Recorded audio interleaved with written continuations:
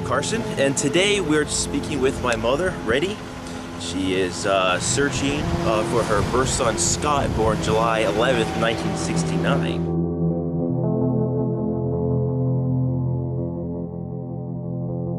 So today this is sort of an update video. So is there any new news? Have you heard anything new?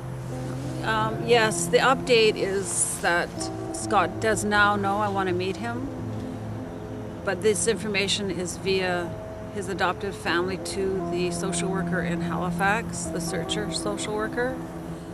He's not interested at this time. He's not interested. His words were, "I'm not interested." I feel it. I feel that he does now know. What I do now when I receive information, I email my support group, the Canadian, now it's the Canadian Mothers, CCNM. I was in shock after I had Scott. I didn't know what was happening to me. No one talked about it. No one talked to you. They talked around you. I was not given the 3 months that I was told I was going to give 3 months before I signed those papers. I was never given those 3 months. I was given a month and a half. Well, what are those 3 months? 3 months before I signed the papers to give him up.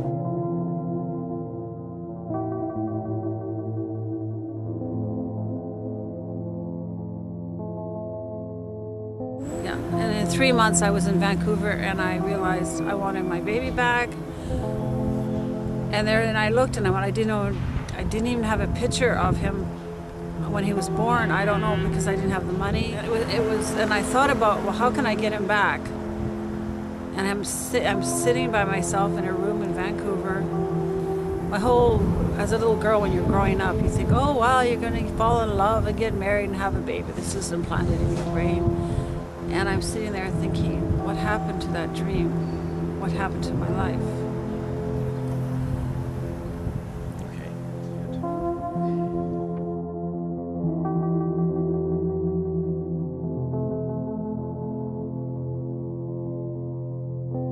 But I just read Primal Wound, or most of it, and I just bought the book. And it's really, the bottom line is a mother and child should never be separated. We're wounded for life, both parties.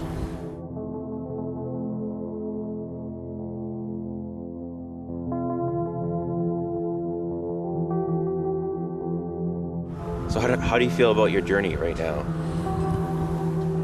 I'm not in the search mode anymore. It's like before, it would be like I was always running home to the computer, looking up things. It's like my journey, it wouldn't leave me. It would continue to tell me what to do and not to do, even when I wasn't thinking about it. But now I'm more relaxed, and I know Scott knows. I feel it. I just don't know it. I feel it.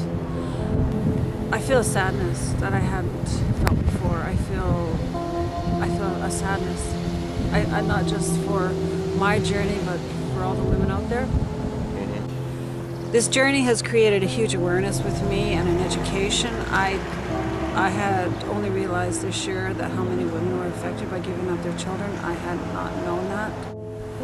You know, every human being has a right to know where they come from. And the government has no right, absolutely no right to keep that from them.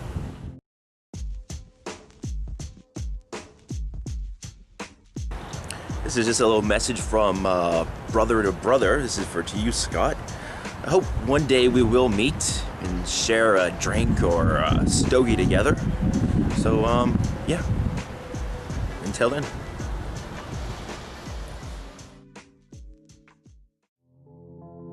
I'm realizing the reality of the whole situation, and I have to focus on getting on with my life and hoping one day that he will call.